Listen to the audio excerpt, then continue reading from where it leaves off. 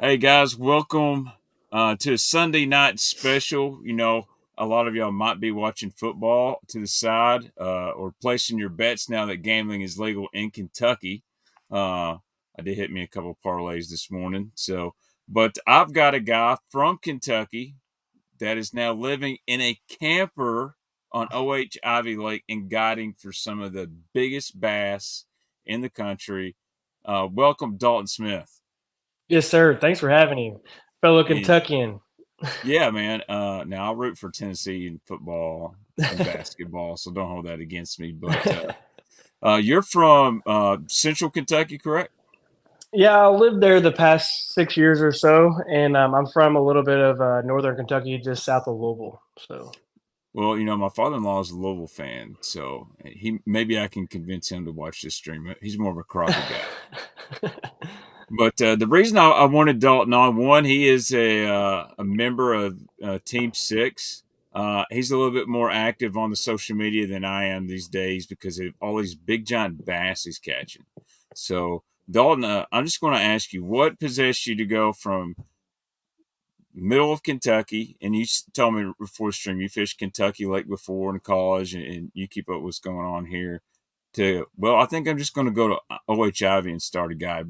Did you go down there to have a fun trip and it just turned magical, or what's the deal? yeah, that's kind of what happened. It's a little bit of a long story, but it's a good story. So Oh, we I'll got kind of time, just baby. yeah. So a little bit about myself. So I'm 24 years old.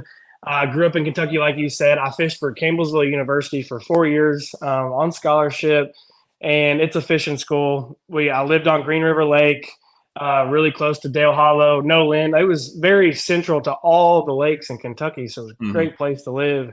And when I graduated, I started coaching at Campbellsville, and I was looking for other ways to make money as well. So I started guiding on Green River for crappie and doing electronics trips. And then Dale Hollow is where I cut my teeth.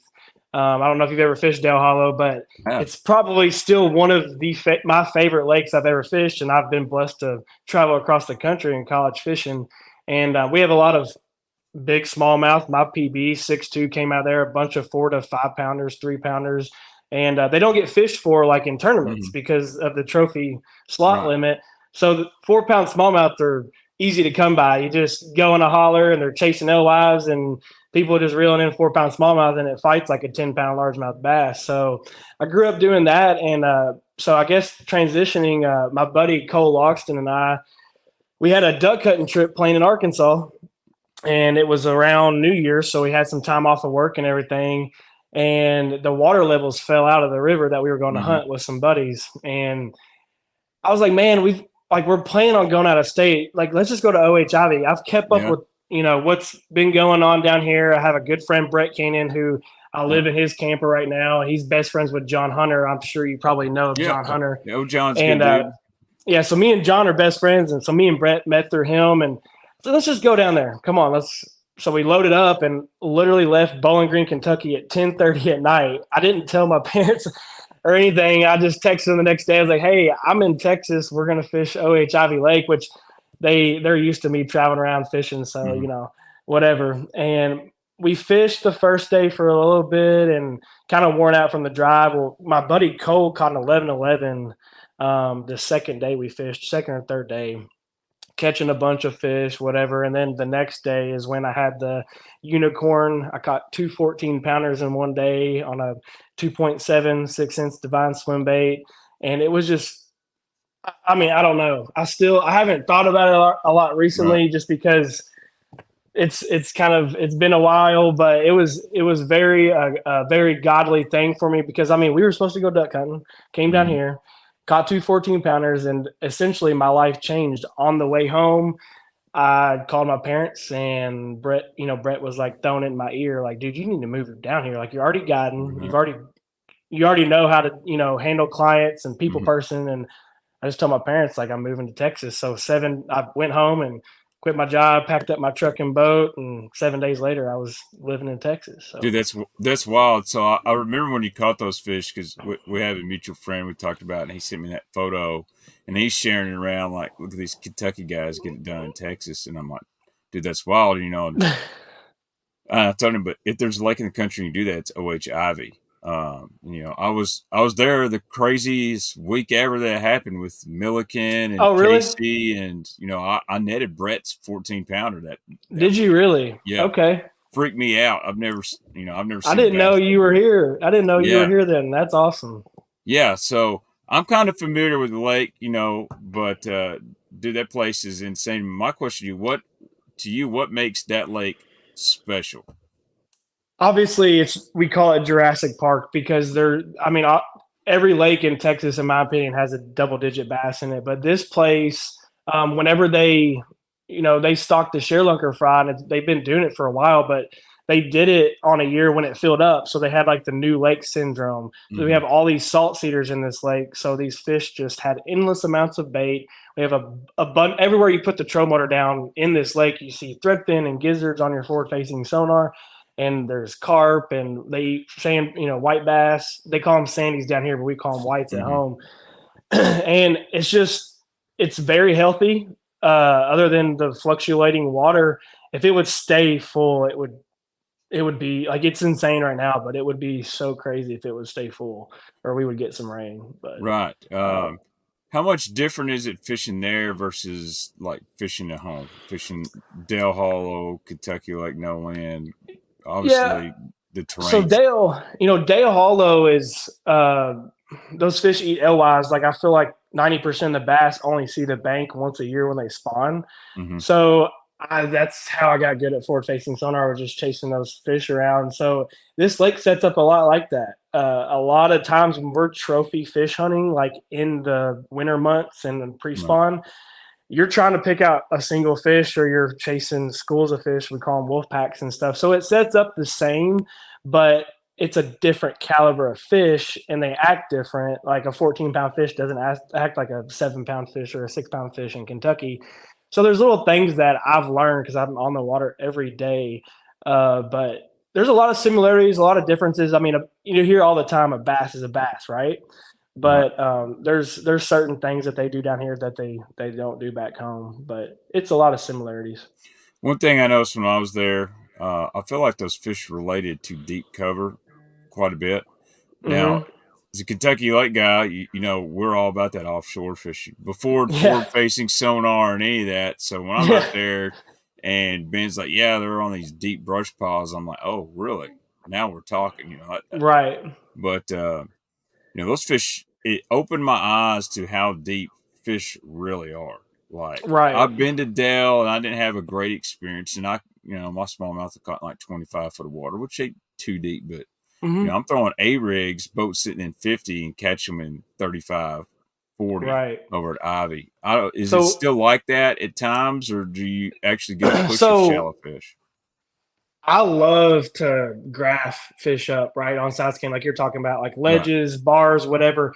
But in West Texas, they don't set up on the bottom. I mean, they'll get on a rock pile, but it'll be like five fish, right? You're not graphing a mega school up, and they just swim. They get in a school, a wolf pack, and they swim constantly. And there's usually an area that they'll hunt in, but that's the one thing that is completely different down here is to use your side scan is just for structure and rock piles drops Hmm. down here. Like, but right now, so the lake's really low. It's like 29.8, or I think it's came up another inch. So we've had some rain, 29.9% full. And there are some deep timber. I'm assuming y'all are probably reeling a rig over, Yep. timber or salt cedars. Because when y'all were here, there was a lot of water on the salt cedars. Well, now Yeah. there's only there's really nowhere you can go and see water above the salt cedars. A lot of them are Really. 6 foot, 5 to 8 foot, but you really can't see above them. So it's going to be different. Every year, everybody's like, you have to relearn the lake, and I'm excited about that because it is kind of a guide lake, a tourist lake, a destination lake. So I've been putting in my time out here, getting ready to where I know what depth they're going to be in this winter, and it's going to be completely different. Yeah. So So, it's definitely more than just throwing the scope down there and, oh, I'm going to go catch a 10, 12 pounder today. mm, yeah, I mean, there's times of the year where it's not easy, but it's good. Right. I Uh, mean, that's like everything. I mean, I'm not trying to get into forward facing sonar. yeah, I just I see really so I many don't people want to say, well, either. kind of a myth of Ivy is, well, anybody can go down there if they got live scope and catch a double digit, and it's not that Mm, easy. Or people like you wouldn't be in business as they are. right. Yeah, you got to know what you're doing. I mean, there's just these little places they live, like those big ones, and it's a decently sized lake. You've been down here. I mean, we caught a 12.99 and a 2 12s up way up the river this year, like in like river fishing, Hmm. just fishing around. So there's big fish all over the lake, and they get a lot of places. But there's these little areas that they get in, and it's always changing. So So now it's the fall. Are you doing much fishing right now? And how does it set up? Like, is it traditional fall fishing? Are you doing the big top water thing? Are you yeah. going some lipless, or do you crank much there? Yeah, the crankbait bite is amazing in the pre-spawn because they'll sit on these hard spots in like 14 to 16 foot of water, and it's a school of them, and they're usually all the same size. And if you Mm, can find those 10 to 12 pounders, I mean, we caught so many fish on a 500 DD this year by 6 cents. But right now, we're at the end of the turnover. Like, I'd say half of the lake, three-quarters of the lake is still turning over, but you can see it starting to clean up. We got that brackish look, right. bubbles everywhere. So I was traveling. I came back down. I was on PK for a week, guiding, and then I came here back down here, and it was just tough. No fish on, like the scope and bite was just not having it. So we just went through a plopper, just covering water flats where I know they're pulling up on. And we had 2 over 8 last week, and then I took this whole week off because I just got a brand new 650 Pro Tour Blazer. So I took a whole week off just to kind of make Yeah. sure everything goes well with that.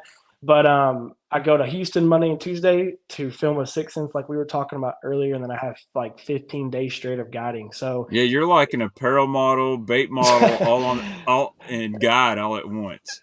well, it's awesome because it kind of ties into because Luis comes Yeah. down here with me. I'm sure Luis, and we work really well together. And like obviously, I'll fish and he films like we're trying to get content. But when we got to knock something out, he's like, "Hey, throw this shirt, throw this hat on, get this bait. We're going to talk about this." So we get it Yeah. done. We grind out here. What not a better place to try to sell apparel and baits on OHIV. So Yeah, I mean, because you never know when you set the hook when he's filming. It could be a 14 pounder. So here's a yeah, question here. This comes.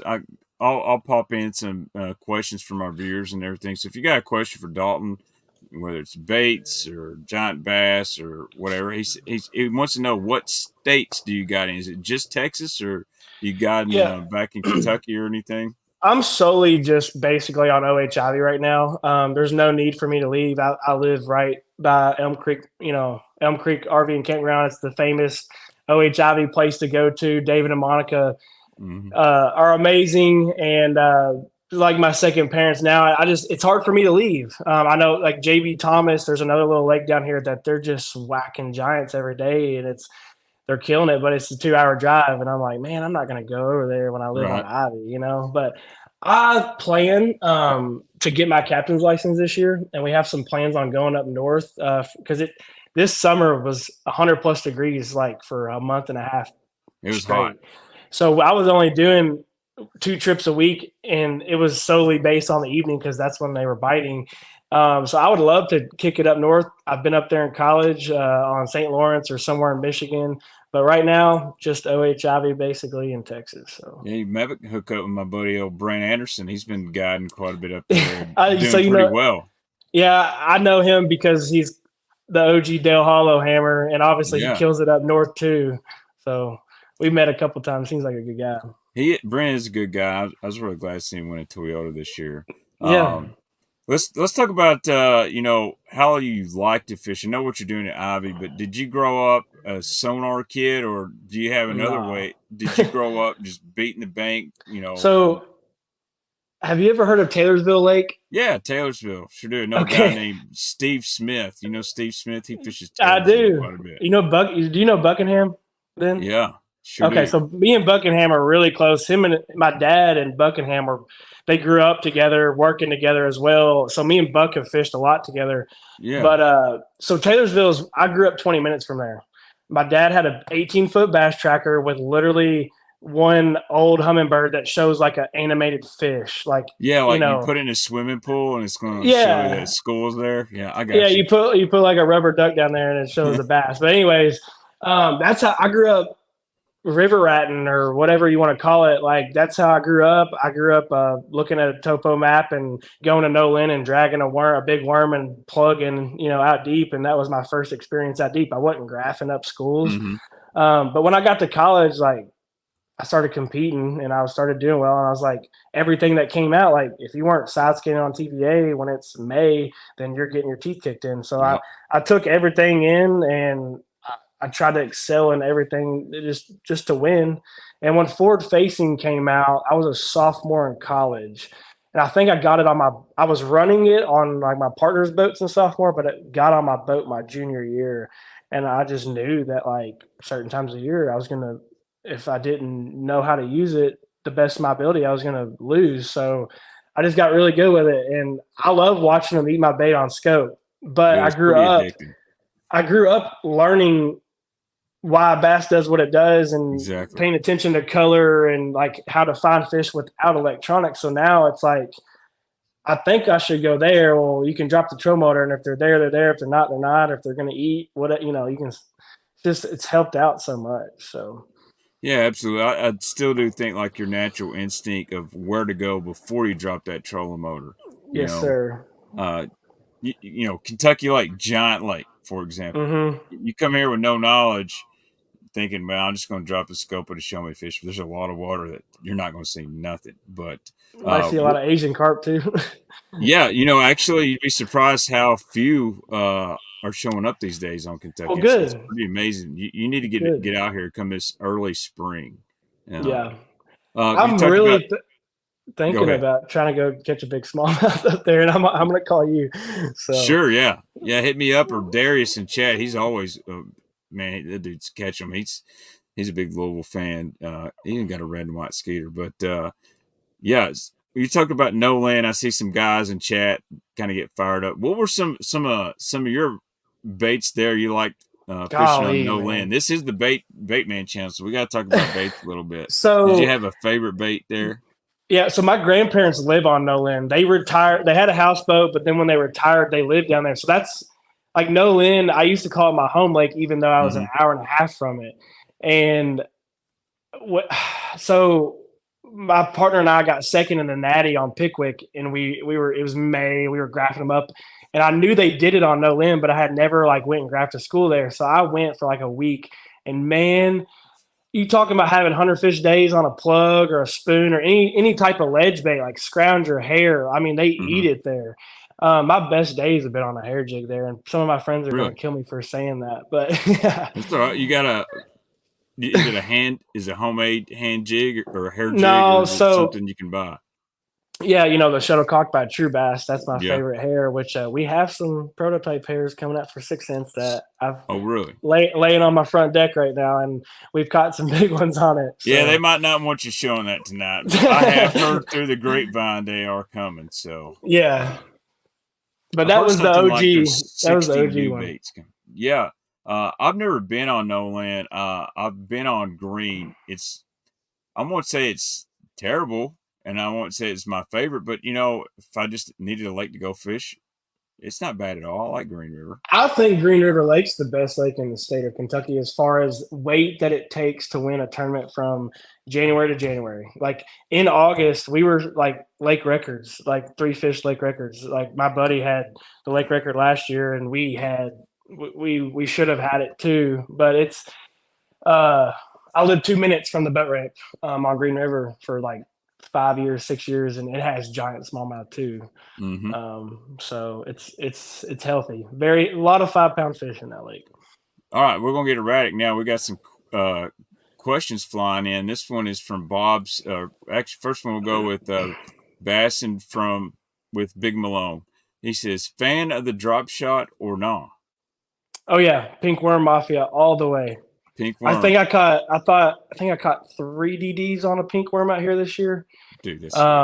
And then PK, like there's a lot of little lakes around here that are clear water and drop shot, spinner pole, all about it. So is there a certain pink worm, or is it Uh, just a secret pink worm? no, but I mean, like everybody throws the Robo Worm, and Mm-hmm. then you've got a couple other companies make a good worm. I'm hoping that we get a pink worm from Six because like we have a ton of great plastics at Six, Sure, um, but like that pink worm, man. In it Kentucky, catches I them. think it was on my front deck. That and a spoon was on my front deck for like a month and a half and nothing else. Yeah. Now, because you're drop shotting at Ivie, Hmm. uh, how are you really beefing up your setup? Is it No, really no. so like No, I mean, I'm 16 not trying to pound? catch them. I'm not trying to catch them out of the timber, on a drop shot, and Okay. that would scare me. I caught one DD on a Boosa shaky worm, like the new little Boosa shaky worm we came out with this year, on a quarter-ounce shaky head with 10-pound test, and I was freaking out because she was in a tree like when I set the hook, and she kind of had me in a limb, and I was like, okay, no more of that because I've had some really big like my 14s. One of my 14s, the 1469, was on a 2.7 8-pound test in a tree. It's just you have to watch Mm-hmm. where you get your light stuff out, but that's why they bite it, right? Because it's light tackle. So I'm throwing 10-pound tests on my drop shot here. That's wild. Like Yep. I don't even use 10-pound tests here. Really? Maybe. Yeah. Well, I do the. Do you do braid to fluorocarbon or you do straight I do fluoro? a 15 or 20-pound braid FG knot to a cigar red label. That's what I throw. I throw cigar red label on everything. I know it's the cheapest cigar, but I can't break it. I will dispel a myth here. Cigar Red Label is a good line. Like I Yeah. got a spool this year because I couldn't find anything else, and it's the only. And I like Sunline a lot, but it's the only reel I Okay. haven't had to replace the line on. Like it's now obviously I don't fish as much as you, but I will vouch for it, and I've got a really good spool of it. But I wanted to make that clear. I didn't know because I'm thinking drop shot, ivy, trees. Maybe you're using 15-pound leader or something, 40-pound braid, beefing it Yeah. up. But really, it's the same setup I've I use. I've power shot it a couple of times this year with like a big worm, like divine shaky worm or something, like just trying something different because we have a lot of suspended fish in trees down here. But I'll catch them on something else before I power shot, like the panorama. Well, we So, got a question on that. We'll get to after you answer this from Dalton. Bob Stevens, Bob is always in the chat. He's a crankbait fool. He says, "Question, Dalton: Do you have a favorite crankbait this time of year, and do you ever throw balsa?" yeah. So, I mean, yeah, obviously, balsa crankbaits are awesome, especially when the water starts getting cold. They seem to have that tighter wobble. But I've really been a fan this year of, I used to throw the 10XDs, Mm-hmm. 8XDs, everything, a bunch. I've got a bunch of Rapala crankbaits, but when we started catching them on a plug, I'm like, look, I gotta be catching them on a 6 inch plug. So I started throwing the 500 DD, and Right. it gets down so quick. And I think it excels more than the other brands because it has a little bit of like a tighter wobble, and it's more of a finesse Right. crankbait. I got one. I got Doesn't one right here. So it doesn't blow the fish out as much. You know how like a 10XD just yeah. it's got so much water movement. So There it so that's is. yep. That's my color. That's the old Jaint juice. I'd like to know if you ever caught Okay. any on that guy, but that's one me and Casey come up with several years ago. But that's the Crush 500 DD. I want to explain to Chad that a lot of guys ask me the difference if they make a Cloud Series crankbait. Yeah, it's which is more of your It's your bigger wobbling right. for sure. It's got a bigger bill. Yep. So if you see, this is the Cloud in my right hand. You notice it's got a big wide bill, but the body is fatter and actually shorter. Whereas the Crush 500, it's a flatter, narrow, and a longer bill. Uh, the bill is a little bit narrower too here at the neck, and so what you're saying is it causes a more finesse action, but dives quick. Correct? Yeah, I mean that's the main thing because I get people that might not be able to cast 90 to 100. I like to launch that plug because you want Mm-hmm. it down there quick. So I get people a lot of times that can only cast 80, 90 foot, and for that crankbait to get down quick, because a lot of times I'm seeing the fish kind of sitting on the bottom, or we're throwing it at a wolf pack or something, and it gets down really quick. And that's my favorite thing about it. One thing I noticed about that, two major differences in that the Crush 500, for as big as bait as it is, It reminds me of the bomber fat-free shad, and it does not pull that hard for as deep Mm-mm. as it dives. Whereas the Yeah. cloud, it has a little bit more pull to it, and I think that's because it's kicking a little bit harder. Now, it's a big Right. plug to get down there. Yeah. Man, I love the bosses though. This time of year, I've been on Casey like we need a Bossa series. I don't know how we Yeah. do it I because don't know how that there's works, guys but that they're just cranking a little flat side around points and docks and stuff this time of year. It gets me going. But Don G says, Don's old school subscriber here, are you catching anything on the panorama? And I okay. know the answer to Yeah. the question, but I want you to tell us how you're catching them on the Right. panorama and kind of tell me what you told me before the stream on it. Yeah, so when it was first coming out and we were getting our hands on it and stuff, it was around the spawn. I think Josh had them before, like in the winter. I think he had his hands on some, and it is an amazing, amazing bed fishing bait. Like I know a lot of some people know like throw a big swim bait on the bed. Well, it's essentially the same thing, but it looks so much more natural in my opinion. And as the summer progressed, I threw it a little bit, but like when those fish started to spread out and they started to hold in trees, I got my hands on some of the crappie panoramas, and personally, that is my favorite print Really? that they make. Um, so I'm throwing it at a fish that's living in a tree, and people don't understand. Even so, say Kentucky, we have a lot of Mhm. brush piles in your lakes on these Yep. flats, and these fish eat crappie. Like I know they eat threadfin and stuff, but like bluegill and crappie is probably one of their main forages whenever a fish lives on a brush pile. And I just started to use my forward facing sonar and put it in front of that fish's face. And so how I was rigging it, and I just want to make this clear to everybody that there is hundreds of ways to rig this bait. That's what's cool about it. You have to find how it suits your lakes that you fish and how you like to fish it. And what I was doing is throwing a 3/8 ounce divine shaky head, and I think it's got a five, and I think you get a 5 and a 6/0 hook. Yep. And so the bait's rigged flat, so your hook's coming out like on the side of the bait, so it's rigged Hmm. flat, so it's just kind of shaking in the water, and I would just get it to them and start, I call it floating the panorama or whatever. And man, for 2 weeks, I'm telling you, I think we boated, my clients and I boated like 30 fish over 7 pounds, and Wow. I think our biggest was a 1072, and I had a guy lose one day that I'm really scared to know how big it was, because I can judge them pretty well about their size on on active target. But it is an amazing bait. And this winter we have some smaller sizes coming out. I know you've seen that, Yeah, I think and guys are really excited for that. yeah. So I throw Demiki like crazy. Like we caught so many double digits on a Demiki last year. But if they're gonna bite a Demiki armor shad, then they're gonna smoke the panorama because it looks that much more realistic. Right. Yeah. So that's one technique I want to learn is the Demiki rigging, hover strolling, whatever. Rigging, yeah. Obviously that's a far way to catch not only limits but big bass that are Hmm. not targeted by other baits because there's a learning curve on that. I mean, I feel like you got to be patient and know what you're doing.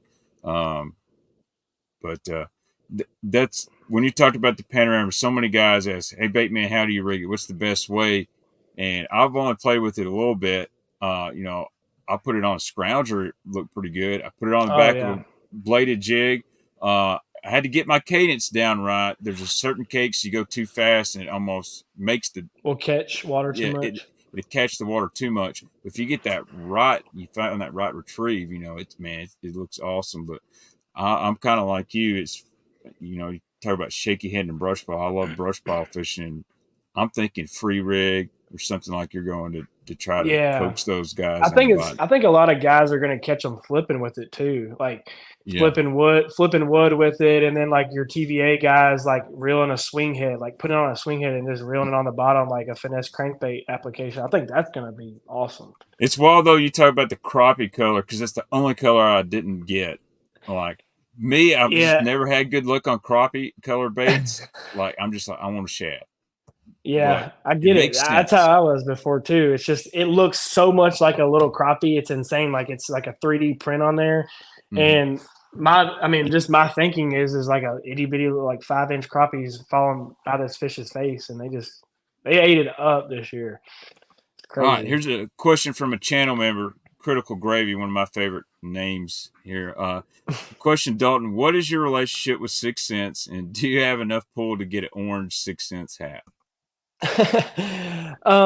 Yeah, so I was on their pro staff in Kentucky, and when I was guiding there and in Waterland as well, and just saw it as an opportunity to grow with the brand because I was freshly out of college and I used to represent all the college sponsors, and never had anything. And I moved down to Texas and um, signed on with them. I don't know how long ago it was, probably 5 months now. And so you want an orange? You want what kind of orange hat? That's the ticket. But Yeah, see, we'll see what we can I do. can't pull off the dad hat. Like I look pretty. You know what? I got one. I thought this was orange and blue, but it's red and blue. But this, I'll show you how ridiculous I look. It's all about how they fit. See, I don't know if I can pull this off. Okay. I'll just If keep you wearing it though. I'll just keep wearing it. there you go. I kind of look like a gas station attendant in it. But I That's got it. funny. I thought, man, I might could pull this off, but now that my hair is like leaving me, I'm like, I don't know about it. Uh, but yeah, I just want a straight up orange snapback. I've been telling Casey, dude, you know how many you'd sell in orange and white? The Tennessee Yeah, guys, yeah. even your Texas guys, hook 'em horns and all that. But it seems like 6 Cents really likes you. That's kind of how I got you on here. I had someone put it in there. Like, man, you get Dalton Smith on there. But we'll go through some more questions. I've seen several. Dad Bod Angler wants to know what's your favorite Texas lake besides OH? Possum Kingdom. I've heard there's some freaking monsters in that That's place. the next. I mean, that's gonna be it. I'm telling you. So I've fished it 5 times now, and I think 4 out of the 5 times I went, we've absolutely smashed them. Even this summer, we had like 30. I don't know what it was, 38, or no, it was mid 30s something. I mean, on a drop shot, like just top water. And there was two 13 plus pounders. One was submitted to the Sherlunker program. I think one was caught after or something, but it's got some giants in it, big Yeah, ones. I know so I'm in all these Facebook groups for some reason. And I know the kayak guys, they're always talking about PK, that it's Yeah. a really good lake. Some one kayak tournament win there, and Christine Fisher, she caught like Yeah, two giants dragging a worm. Like it's got a lot of 8 to 9 pound fish in it. I'm gonna have to make another trip back down to Texas. I'm just gonna tell Come on. Casey, hey man, I'm coming. I'm just gonna hook up with Dalton, two Kentucky Yeah. guys. Be all right. Uh, Jerry Duncan wants to know. This is always a good question. How much do you think? I mean, you're a guide for a living. How much do you think bass pay attention to color of the bait? Whether it's a Mm. crankbait, a panorama, a worm. I mean, So this is a hard one because I'm on both sides of it. I try to keep it simple, and I think people overthink bass fishing way too much. And I really try to keep it simple. But then again, I've been in the boat with somebody, and we're throwing essentially the same thing, and they have a different color than me, or I have a different color than them, and it's like outshines, right? So there's also like you can get so detailed in bass fishing, but also I think you just need to kind of keep it simple, and a very. bass Yeah. is a bass. But I think it has to do a lot with colors. I think Mhm. colors just solely depend on watercolor and how far that fish can see. Right. And I think you made it. A bass is a bass, and I think as anglers sometimes we try to overthink a bass, but we get Right. stuck in like. So, dude, I'm a chartreuse purple guy. I got a lot of confidence in that, but I throw shad patterns a lot more, and chartreuse and blue, chartreuse and purple, chartreuse and green. Summer, for some reason, it catches them. I don't know if it gets down there in our color water here, and it ends up looking more shad like. I don't know if it's Hmm. throwing a flash that makes him look like a bluegill. I've always had that theory, but like soft plastics, green pumpkin, black and blue pretty much dominate. But then you get a guy like me. I'm always been a watermelon and blue flake. For some reason, I've had good luck. That's, but it's just really your base color is what matters. I feel like Right. your I watermelon, agree. your red, which turns into a plum or plum apple. You get your personal preference, but I Yeah. do feel it matters. But like is that bass going to eat my worm because I had plum apple and not plum candy? I know it's you get like you said, we could sit here for 2 hours and talk about colors. And I actually just had a conversation the other day with somebody about it. And I'm like, I've been on Cumberland where we're throwing a pink spinner bait with pink painted blades on it, and we're Yeah. smashing big smallmouth, and it's clearer than all get out. But but then again, it's like I don't know. It's just stuff like that happens that makes you kind of go like, what the heck, like color Mm-hmm. wise. My buddy Darius, he wants to know if you've tried the panorama on a scrounger head. Me personally, yes, Correct. it looks amazing. I think that all the Tennessee River guys are, instead of throwing a jerky J, I think they're going to be throwing a panorama next year. I think it's amazing. I really didn't know if we wanted to talk about that for the Tennessee River because I would like to keep a few things to myself, but it's all See, good. It's all good. I'm just babbling about it. So people used to get on to me when I stream like, man, I can't believe you say that stuff on there. There's going to be people mad at you, and I've had people like, man, Hey, if they tune in, they'll hear their secrets, right? yeah. Uh, Frank wants to know question Baitman Dalton in chat. Yeah, who wacky rigs a worm when they drop shots. I know an angler here on Kentucky Lake that has smashed this summer wacky rigging uh, Hmm. on a drop shot. Do you ever do that? Just put it down the middle and drop it down there, or are you a nose hook guy? So I'm personally a nose hook guy, but I have a friend back home that like he's a wackier guy, and I'm like, dude, I don't know. I mean, he smashes on it, and it's insane, and I don't know if it really makes a difference, but I think it's like a preference kind of thing. I'm a nose Mm-hmm. hook guy. I'm a nose hook guy for sure. Yeah, me too. I'm obviously not as good as you. Let's see. I'm trying to go here. I've missed a bunch of questions and stuff like that. I think a lot of people are hating on my hat, but that's okay. Someone said, See, I'm wearing a "Dad." flat. My buddy Bobby Burns says, "Dad hats are for them hipsters." Oh man. Let's see here. Is the orange for the garage collectors? Yeah. Let's see. I'm going. The only problem with this when I stop. Oh, here's a good one. Chris says, "Heck with the color." Dalton's opinion on a rattle. Do you use a rattle on Ivie, like in your soft plastics, or if you throw a jig on Ivie, you like a rattle? Mm. I used to flip a jig with a little rattle on it that I would put on it. I think it gets their attention. I think it's a deal for sure. I'm sure you know this jig. You ever use any of the D&L jigs? Oh yeah. Do the D&Ls, and you could put they had those. You could a lot of guys put the banded rattles on there, Hmm. and That's what I use. I think you could get them with D&L made them with them, but you had to ask. Yeah, yeah, And when you say Cumberland, dude, guys at Cumberland, No Land, Green River, when I was selling tack on, they bought D&L jigs like crazy. I think one yeah. because they're cheap, but they were. I'm friends with a lot of I don't want to say old, but like a lot of older guys that were big jig draggers on Carmel and Dale. So I have that in my arsenal big time because I've smashed with them before out there on a jig. I love throwing a jig, and it's something that a lot of people overlook now. I feel like. Curly Burley, Kentucky Lake, late April. They're not in the bushes. Where do you go to catch a limit? Woo, loaded question. Depth, techniques, thinks, and D&L jigs are badass. So Go if you're for it, coming to King. Kentucky Lake late April, are you going to be chasing some bed and smallmouth offshore? Oof. I That's don't kind of know what I though. would do. Late April, man, you still got some smallmouth that are spawning kind of, where we catch them in the fall. Usually those fish are around in the spring just a little bit deeper. So what's happening with y'all right now is that smallmouth population's taken off so much and they're big. So I didn't really fish it whenever that they were dominant. Like it was always kind of a largemouth game. You would catch a Mm-hmm. big one. It would, you would see somebody have one every now and then. I would target those healing up largemouth that are, I don't know if they're up there wolf packing, like, up shallow right after they spawn, or they're up there Mm-hmm. fry garden or something. But that would be my first take, like throwing a glide and a wacky rig around just up there where I know they just came from.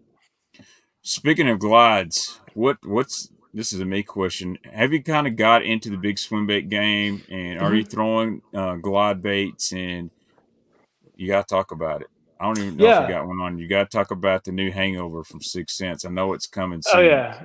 and you've It's played on with my it. front deck. It's on my front deck. Yeah, I've so just starting off glides.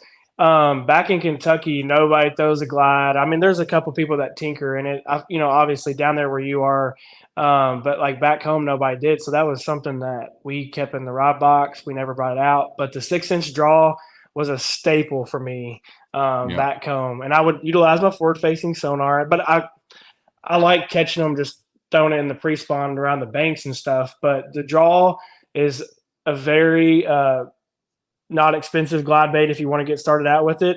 But I also have hinkles, like I have everything. I don't really post about it when I catch them on it, just because trying to keep whatever.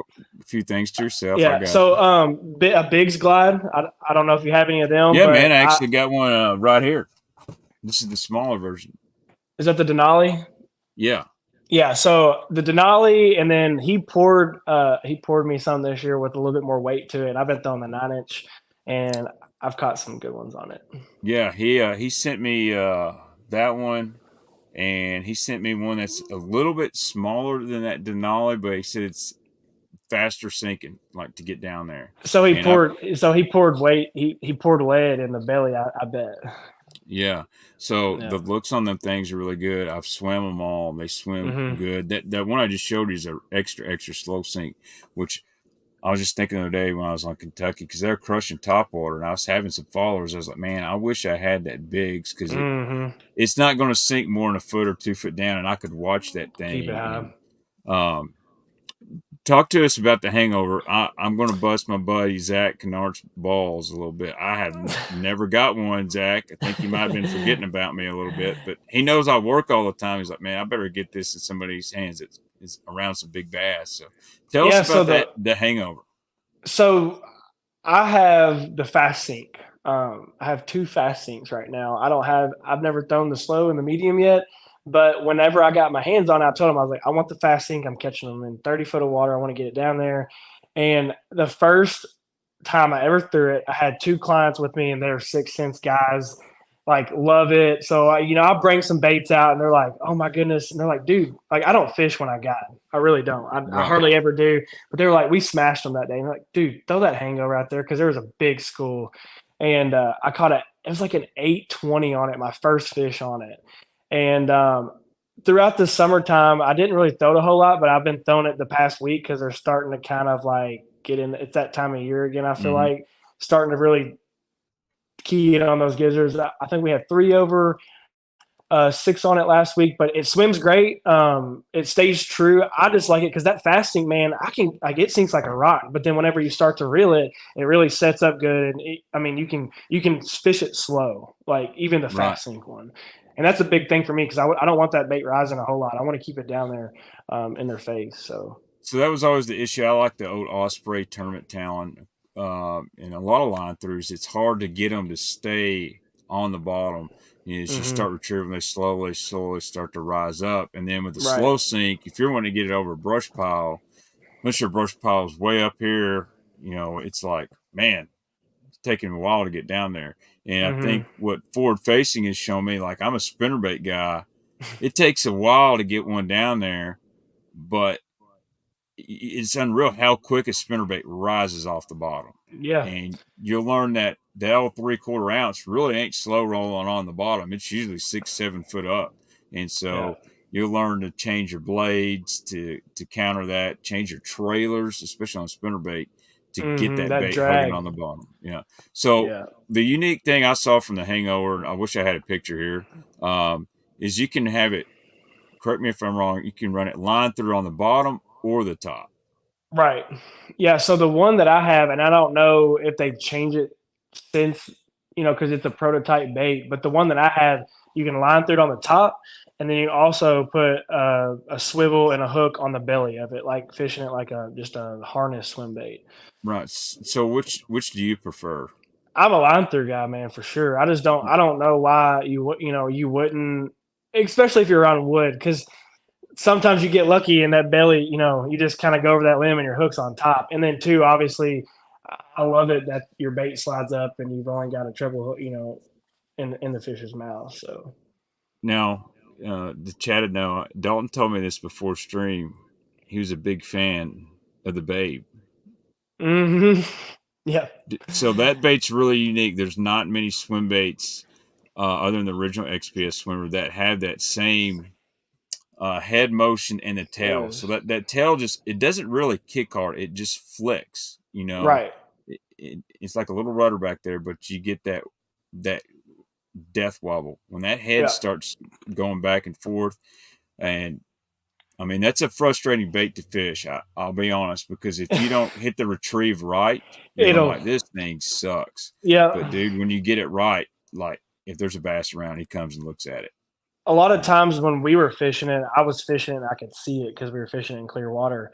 But like on bull shows in Arkansas, man, we got third and we had the fish on, in my opinion, to probably knock on the door of winning. It would have been really close, but I was like, I know you because of the Babe, because we used to order them from you. So yeah, dude, I talked to those guys quite a bit, and they knew it was going to be popular, but they didn't know that they were going to be shipping me like 400 baits a week for a while. And which it's we were unreal we were the throwing it amount. on a big swim bait head, and like when the fish got Right. off the bank, catching two. I actually found some the other day. Like a store's got them, and Really? they're all in one color, the FFJ, the Pro Blue color, and they're not harnessed. They're all the 2-pack non-harnessed. And I'm like, man, I ought to Mm, buy them. yeah. Um, but Ben loved that bait, and Ben did some videos on it, and I was like, man, if we could ever pour that. Um, but it's kind of like, yeah, you don't want to just knock anybody off. And of course, it's a bait Right. that's been discontinued and all that. But man, dude, guys are hunting them. I've only got very, very few left. I I think wish I got I'd like have. six. I think I got Yeah. six. And the thing is, if the little bass you catch 3-pounders, they tear it up. But when you catch a 6+, they eat it. So, Hmm. um, here's another question from Critical Gravy. Says, Dalton, do you ever get grief from the locals from being from the north? Side note, grief, good name for a new bait. Yeah, uh, I meant to ask you, do you get any like people are like, oh, what do you know about Texas? You're from Kentucky, blah blah blah. no, I mean, like obviously there's so it's a guide culture down here, so like it's a business for everybody. So Correct. there's a couple people that you can tell that might be salty or whatever, but for the most part, I'm just gonna go ahead and tell you that people in Texas are so nice. Like it's that Southern Right. comfort. Everybody's accepted me personally. Like I have family down here. I feel like now, but yeah, I had to prove myself. So I had the unicorn 14-pound day, and then I didn't want to be like known as that. Like I wanted to keep progressing in the hunt for big bass, and I caught a third one, and I got to turn it into share lunker, and then just had trying to be as humble as possible. I had an amazing year. We had five fish that were a 12.99 was the fifth one. That was the smallest. But my top five fish this year between my clients and I were over 13-pound basically. Dude, So that's wild. just awesome. Obviously, it's the best lake in the nation, and it's probably the only place that you can do that. So that's just hearsay or whatever. But no, man, people are awesome down here. Very welcoming. I just feel like everybody's down here for a reason, right? When people come to Correct. OHIV, they want to catch a giant bass, and that's what I it's in my blood now. I'm spoiled. I don't know if I'm ever going to be able to get away from it. I love hunting double digit bass, and I love netting double digit bass for people. Yeah, I'm So really good at the netting part, not so much because you can ask Brett. I'm not gonna lie. When I netted that bass for Brett, I looked at the net and I was like, "There's no way this thing's getting in there," but it did. gosh, It did. that's awesome, man. Um, but yeah, I get it, man, and kind of what for that little town, and people who's never been there, there's really nothing. It's Elm Creek Campground, and that's about it. Yep. And this whole big bass boom has really stimulated that local economy Hmm. there. Right. Yeah. So It's I mean, not the locals. I feel like the local people aren't mad about it. I think they think it's great. It's just like sometimes on the business side of things, people are a little oh yeah, salty. But oh yeah. Well, it comes with the territory. So if you're the guy on Kentucky, like let's put out there, Matt Robertson. Matt was winning so much money here. He was kicking the guys' butts that are always in the top five or winning for 20 years, and all of a sudden people didn't like Matt Roberts. What's this guy doing? We never see him. All of a sudden he's got these bags, and Mm-hmm. Matt Robertson was on the water while people were complaining on the internet, you Yeah. know? So Yep. that's what happens. And I think, again, Matt ain't got to prove himself no more because when you make the Elite Series, Big then dog. enough said, you come down there, yeah, you catch a 14 pounder, and then now you're down there and you're catching double digits on the regularly. So people go, Right. okay, this guy wasn't just to throw his bait in the right spot one time. He Yeah. knows what he's That's doing. I think that makes you real credible. correct. Yeah, and I appreciate that. That was something that I really wanted to prove and just kind of like just kind of make a statement. I just didn't want it to be. That's what I wanted to be known for, and I wake up every day and I thank the good Lord that I'm waking up to go fish for a living, and we just go fishing. And Yeah, we have man. fun. We go fishing. I get to teach some people some stuff, and it's great. I love it. Oh, so I'll ask you this about guiding. You said you don't fish, and that's fine. I know a lot of guys that don't because they feel it's more of an entertainment, education time. Hmm. And some guides do guide or fish, and I have no problem with that either. Because Right. sometimes you've got to show guys how to make the right cast, how to present Right. the bait, this and Yep. that. And some clients are like, "Hey, fish with us. We want you to have fun too." But Right. how many of your clients from are coming from out of state, out of Texas for that chance of one bite So versus in how many are just coming to catch a fish? yeah, I'm gonna say probably 80% are trophy hunters Right, that I would say, and then some people just kind of want to come fishing. But even when I like chase trophy bass, like when it's wintertime pre-spawn and it's lunker season, like I have spots that at any time I can pull up on and catch a lot of 5 to 7, 8 pound fish. Like I call them hook setting spots. Like if it's right, slow, because when you're hunting the double digit fish, it ain't bite after bite. Like you might get 1 or 2 bites a day, but that's just how it is. So like I'm like, hey, you want to go set the hook real quick? Like let's go over here and drag this worm or throw this plug, and like we're gonna have a couple 30 minutes of fun, and then we're gonna go back to getting right. serious. Kind of like a warm Um, up session before you hit that bench yeah, max. You got to warm up. and a lot of times, like I'll have spots that if they want to learn forward facing sonar, and I'm like, hey, if you want to catch a 13 plus, we're gonna go scope all day long, and Mhm. we're looking for fish that are 13 plus because I can tell how big they are. I'll take them to spots with 2 pounders, and they watch them eat their bait, and they go, oh, I can trust this because they've never fished with it before. Right.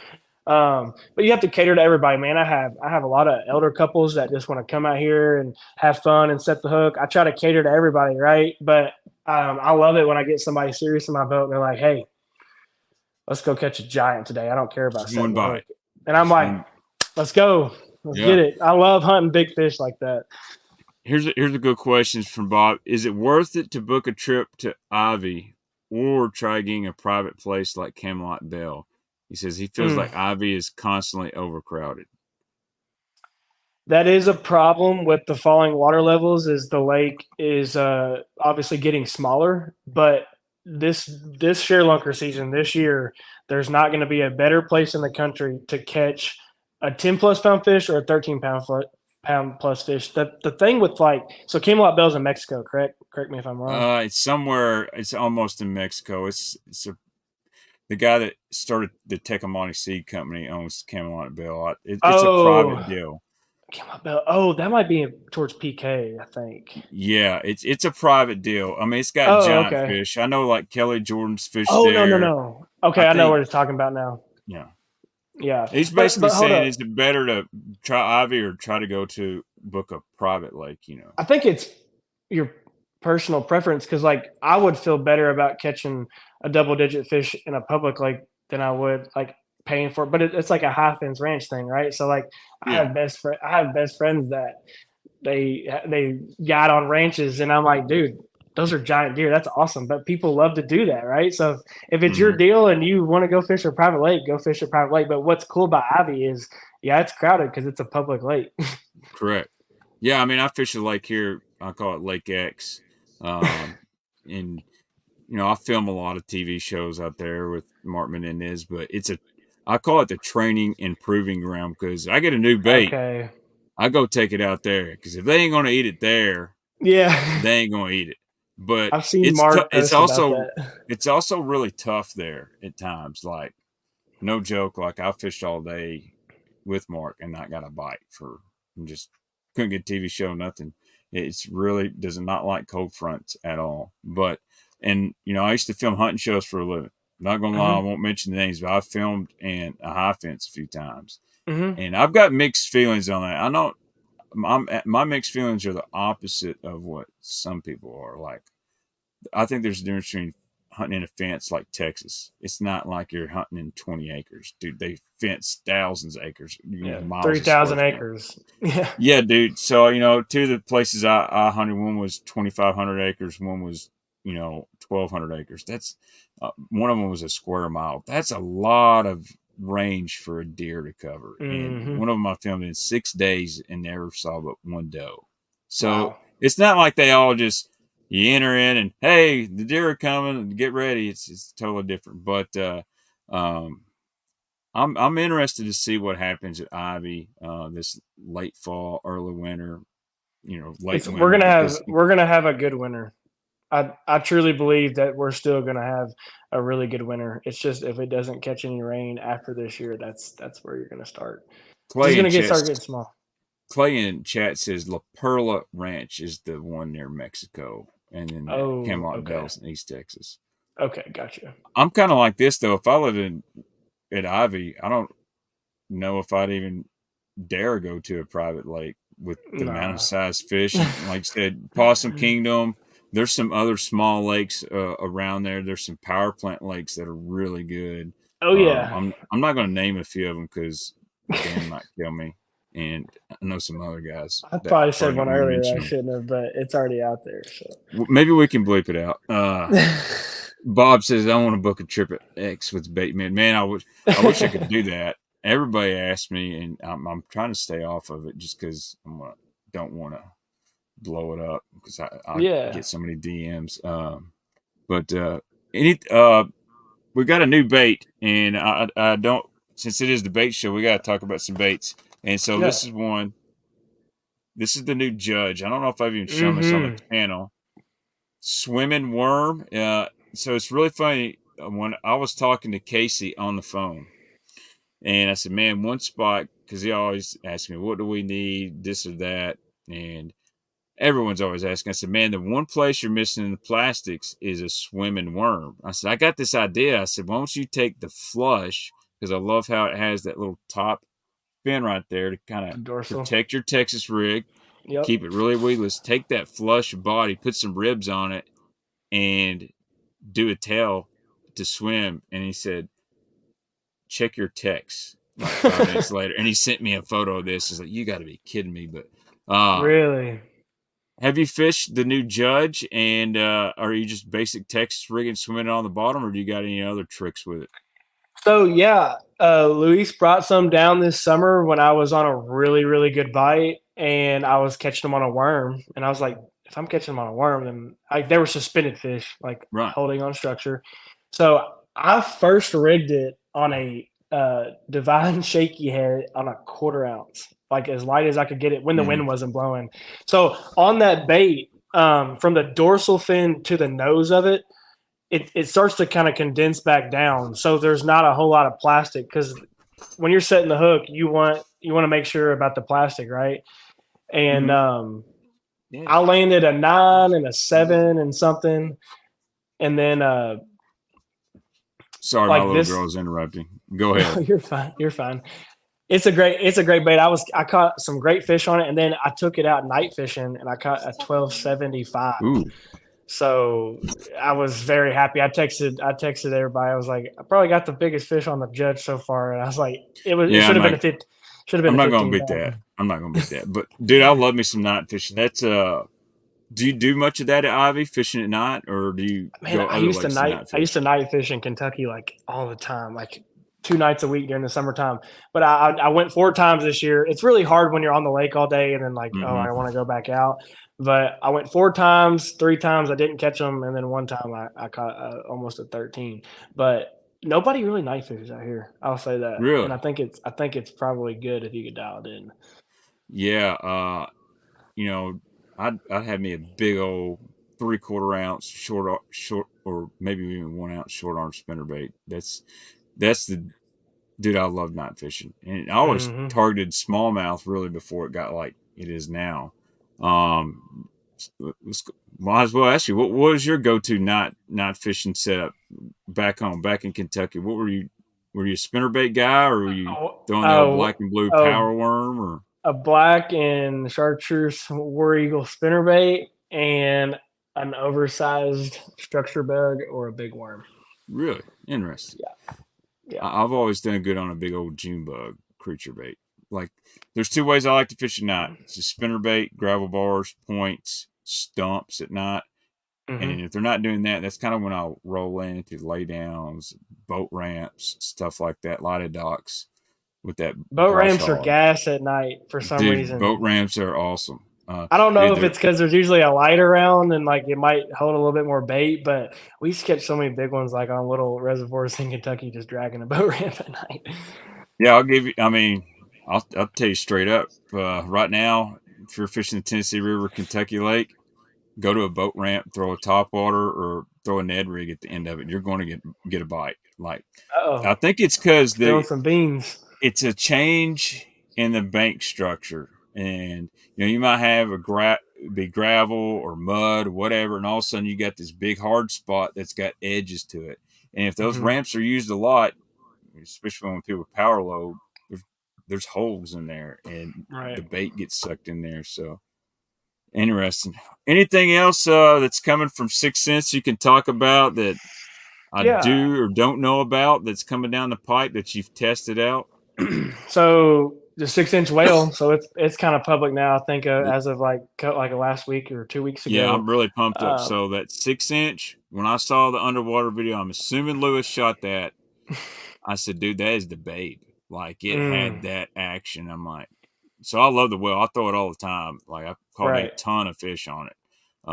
And I'm really excited about that 6 inch. Like, I'm like, man, will I need a mag draft anymore? No, so I got to throw it this spring filming, and we caught some giants on it, and I lost a DD at the boat with on film, and it was a bait that I could take another brand bait and the 6 inch whale and reeling it through these salt cedars. I hardly ever got hung on the 6 inch whale, and I don't know what makes it not get hung and this Mm-hmm. other brand get hung, but it was a bait that I could reel through the structure really well, and they haven't saw it before, and it's got an awesome action on it. Like you're saying, it was a head quiver. Like the whale is known for its head quiver, Right. um, and it's got that, but it's got the tail kick. It's gonna be. I mean, it's gonna sell like crazy. I'll throw it on a quarter ounce divine, swim bait head all the time out deep. So there's a lot of different things you can do with it as well. But keel weight is my favorite.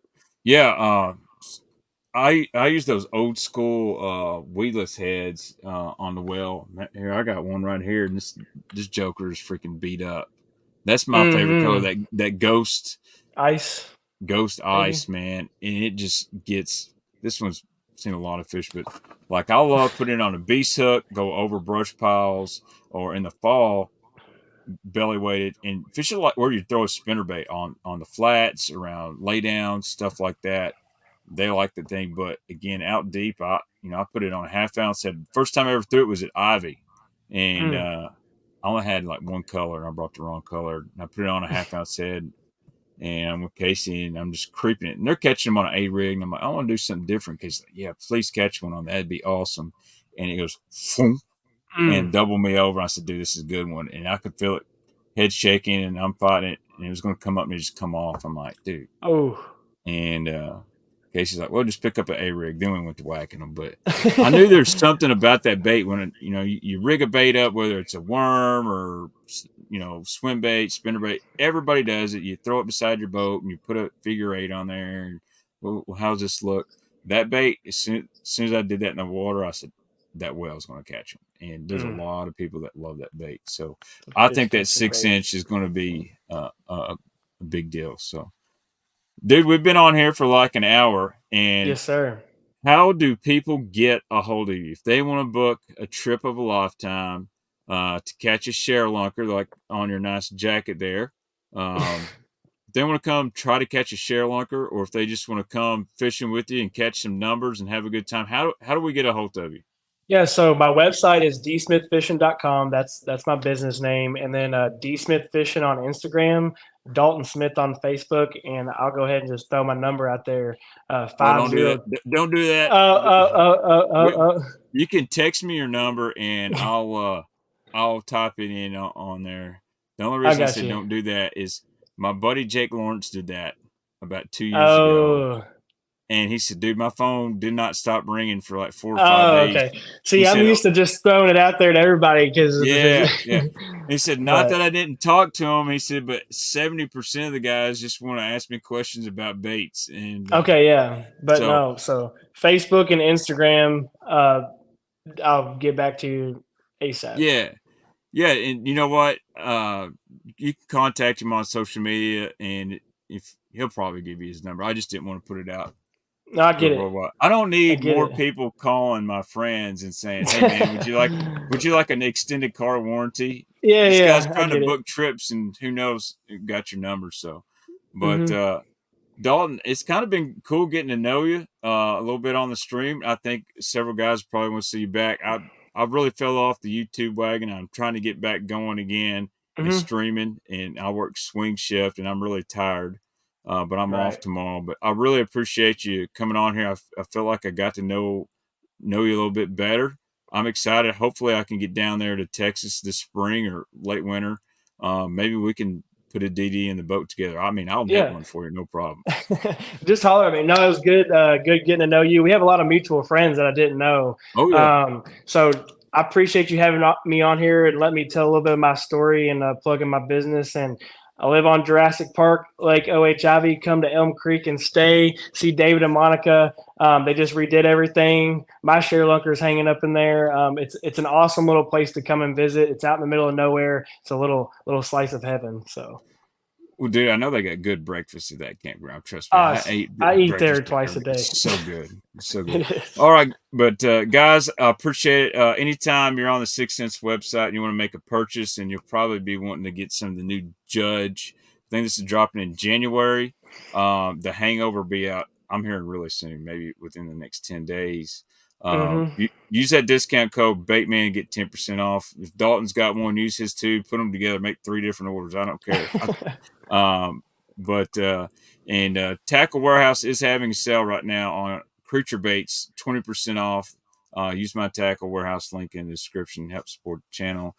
And another thing I've been doing, Dalton, I'm gonna put you on the spot. You got any old baits you want to get rid of? Because I've been buying up old baits and selling them, and actually just trying to thin my herd out.